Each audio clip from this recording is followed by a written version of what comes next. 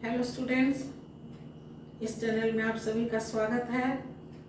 अगर मेरे चैनल में पहली बार आए हो तो चैनल को सब्सक्राइब कर लो, साथ में बेल आइकन दबा दो ताकि मेरा वीडियो अपलोड होते तुमको तुरंत मिल जाए। स्टूडेंट्स, आज के इस वीडियो में हम संयुक्त व्यंजन, संयुक्त अक्षर और द्वित्व व्यंजन किसे कहते हैं, कितने कितने हैं, ये प्रकार में कितने हैं और इन तीनों में क्या अंतर है बताएंगे। तो पहला ले ले संयुक्त व्यंजन। संयुक्त व्यंजन जो है, संयुक्त व्यंजन,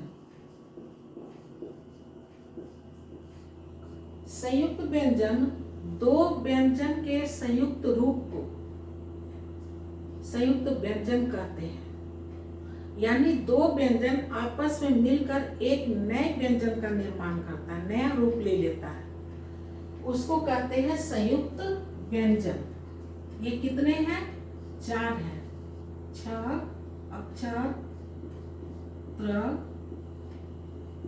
ज्ञ और स्वर। ये 4 संयुक्त व्यंजन है। संयुक्त व्यंजन में क्या बोले? दो व्यंजन का संयुक्त रूप। इसमें कौन सा दो व्यंजन है? क और स्व। ये दो व्यंजन। त्र में त और र, ज्ञ में ज और इय, स्र में श और र। दो व्यंजन का संयुक्त रूप माने संयुक्त यानी मिला हुआ रूप, दोनों मिलकर जब एक नए व्यंजन का निर्माण करते हैं तब वो कहलाता है संयुक्त व्यंजन। ये 4 है, अक्षर, त्र, ज्ञ और स्र। इसमें दो व्यंजन में पहला व्यंजन जो है वो स्वर रहित रहेगा और दूसरा जो है वो स्वर सहित रहेगा। रहित यानी बिना और सहित यानी साथ। ये दोनों एक दूसरे का विलोम शब्द भी होगा। सहित का रहित, रहित का सहित और सहित का रहित हो जाएगा। तो यहाँ हम कह रहे हैं कि इसमें जो पहला वर्ण होगा वो क्या होगा? स्वर रहित होगा। जब वर्ण को स्वर रहित लिखते हैं, स्वर रहित कौन होगा? व्यंजन वर्ण होगा। व्यंजन वर्ण ही स्वर रहित है, तब इसके उच्चारण करने में अवरोध पैदा होता है, दिक्कत होता है, जिसके कारण इसके बोलने के लिए, उच्चारण करने के लिए हमको स्वर वर्ण की सहायता लेनी पड़ती है।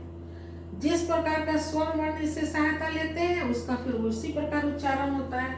जैसे मान लो क व्यंजन वर्ण, ये मूल रूप में है। मूल यानी जड़, जड़ जो इसका वास्तविक है वहीं से फिर पैदा होगा, है ना। कोई भी पौधा बीज लगाते हैं उसका जड़ होता है और जड़ से ही फिर वो बड़ा होता है, ऊपर होता है, मेन उसका जड़ है।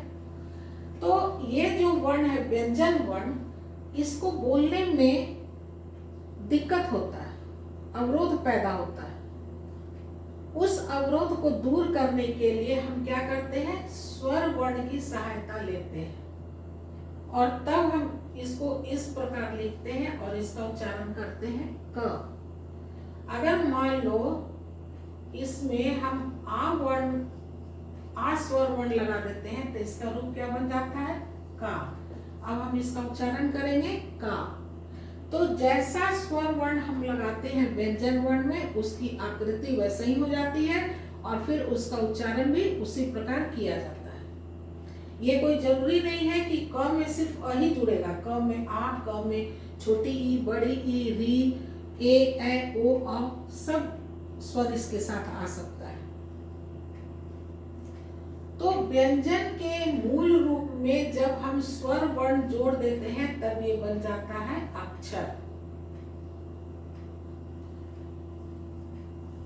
तो यहाँ हम क्या बोले कि व्यंजन वर्ण यानी व्यंजन का जो मूल रूप है, पहला वाला जो दो व्यंजन इसमें जुड़ेगा, जिसमें पहला स्वर रहित रहेगा यानी अपने मूल रूप में रहेगा और दूसरा स्वर सहित रहेगा और तब ये दोनों मिलकर एक नया ही वर्ण का निर्माण करता है जिसको कहते हैं संयुक्त व्यंजन।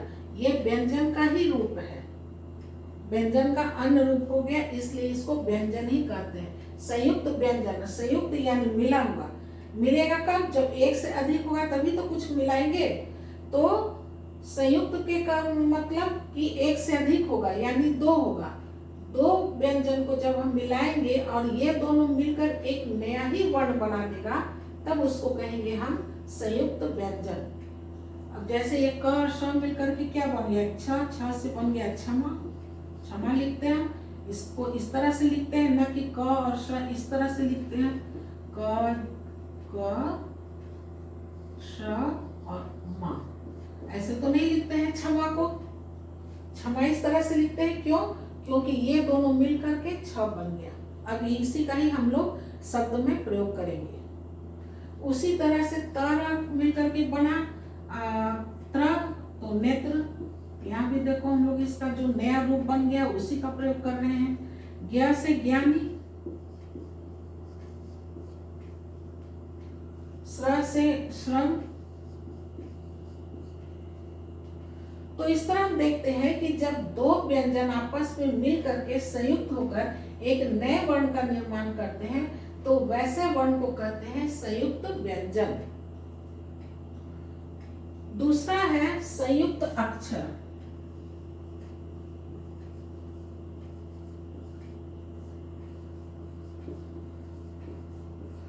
संयुक्त अक्षर संयुक्त है तो इसमें भी दो व्यंजन आपस में मिलेंगे। तो इसमें दो व्यंजन में इसी प्रकार से मिलेगा, पहला स्वर रहित और दूसरा स्वर सहित। जैसे द और य, द और य दो व्यंजन है। जैसे इसमें स्वर रहित था, स्वर सहित, इसमें भी स्वर रहित हो गया, स्वर सहित हो गया। दो व्यंजन जब आपस में मिलते हैं और मिलकर जब दोनों अलग ही लिखाते हैं, जैसे विद्या, इसमें दोनों मिलकर एक नया बना दिया था, इसी का हम लोग प्रयोग कर रहे थे शब्द में। लेकिन यहाँ क्या अक्षर में देख रहे हैं कि ये दोनों जो व्यंजन है, दोनों व्यंजन को ही यहाँ लिखा जा रहा है, विद्या। जैसे मान लो न और य, क्या बन जाएगा? इस तरह से जुड़ेगा, क्या शब्द बन जाएगा? न्याय। न्याय बन गया। ध से कर दो, मान लो ध है,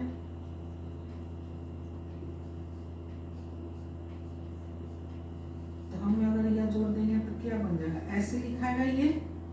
ध से ध्यान, इस तरह से।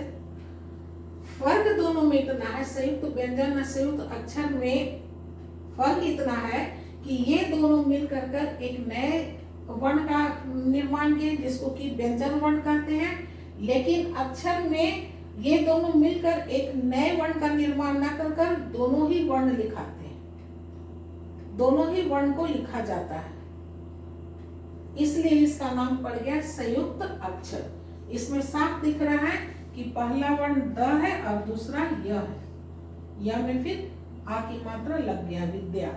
इसमें भी देखो पहला वर्ण जो है स्वर रहित वो न है और दूसरा स्वर सहित य है, न्याय। उससे शब्द बना न्याय।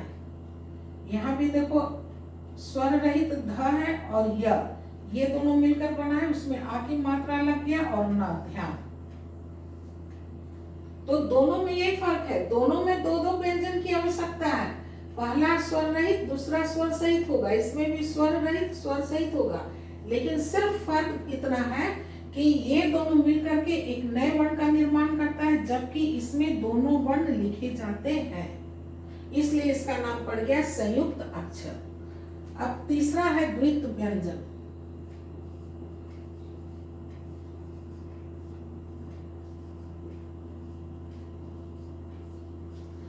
द्वित का मतलब होता है, ये द्वित का मतलब होता है दो, संख्या में दो। यानी कि जब दो व्यंजन, एक व्यंजन जब दो बार आते हैं, एक साथ आते हैं, अलग अलग नहीं, एक साथ। इसी प्रकार से जैसे मान लो आधा न स्वर रहित हो गया और स्वर सहित। तीनों में वही चीज है, स्वर रहित स्वर सहित, स्वर रहित स्वर सहित, स्वर रहित स्वर सहित। अब इस इन दोनों से तीसरा क्या फर्क हो गया कि इसमें एक ही वर्ण आ रहा है, दोनों एक ही वर्ण रहेगा, अलग नहीं रहेगा। इसमें दो अलग अलग था, इसमें दो अलग अलग था, दो अलग अलग होकर के मिलकर एक नए वर्ण का निर्माण कर रहा था। इसमें दो अलग अलग वर्ण है लेकिन दोनों वर्ण लिखे जा रहे हैं। इसमें दो वर्ण है लेकिन दोनों एक ही वर्ण दो बार आ रहे हैं, यहाँ स्वर रहित होकर और यहाँ स्वर सहित होकर। कैसे लिखाएगा ये शब्द में कैसे प्रयोग करेंगे? जैसे अन्न, अन्न हो गया, गन्ना हो गया, इस तरह से शब्द होगा। गन्ना में भी आधा ना और फिर न लिखते हैं, उसमें आ की मात्रा लग जाएगा और तो गन्ना हो जाएगा। तो ये कहलाता है द्वित व्यंजन। दो व्यंजन, एक ही व्यंजन जब दो बार आएंगे एक साथ लिखे जाएंगे तब वो कहलाएगा द्वित व्यंजन। इसको कहेंगे संयुक्त अक्षर और इसको कहेंगे संयुक्त व्यंजन। उम्मीद करते हैं कि समझ में आ गया होगा कि संयुक्त व्यंजन, संयुक्त अक्षर और संयुक्त द्वित व्यंजन में क्या अंतर है। अगर हमारा वीडियो समझ में आता हो, अच्छा लगता हो, पसंद आता हो तो लाइक करो, शेयर करो, सब्सक्राइब कर दो चैनल को। मेरा वीडियो देखने के लिए बहुत बहुत धन्यवाद। एक नए टॉपिक के साथ नए वीडियो मिलते हैं, तब तक के लिए bye bye and take care.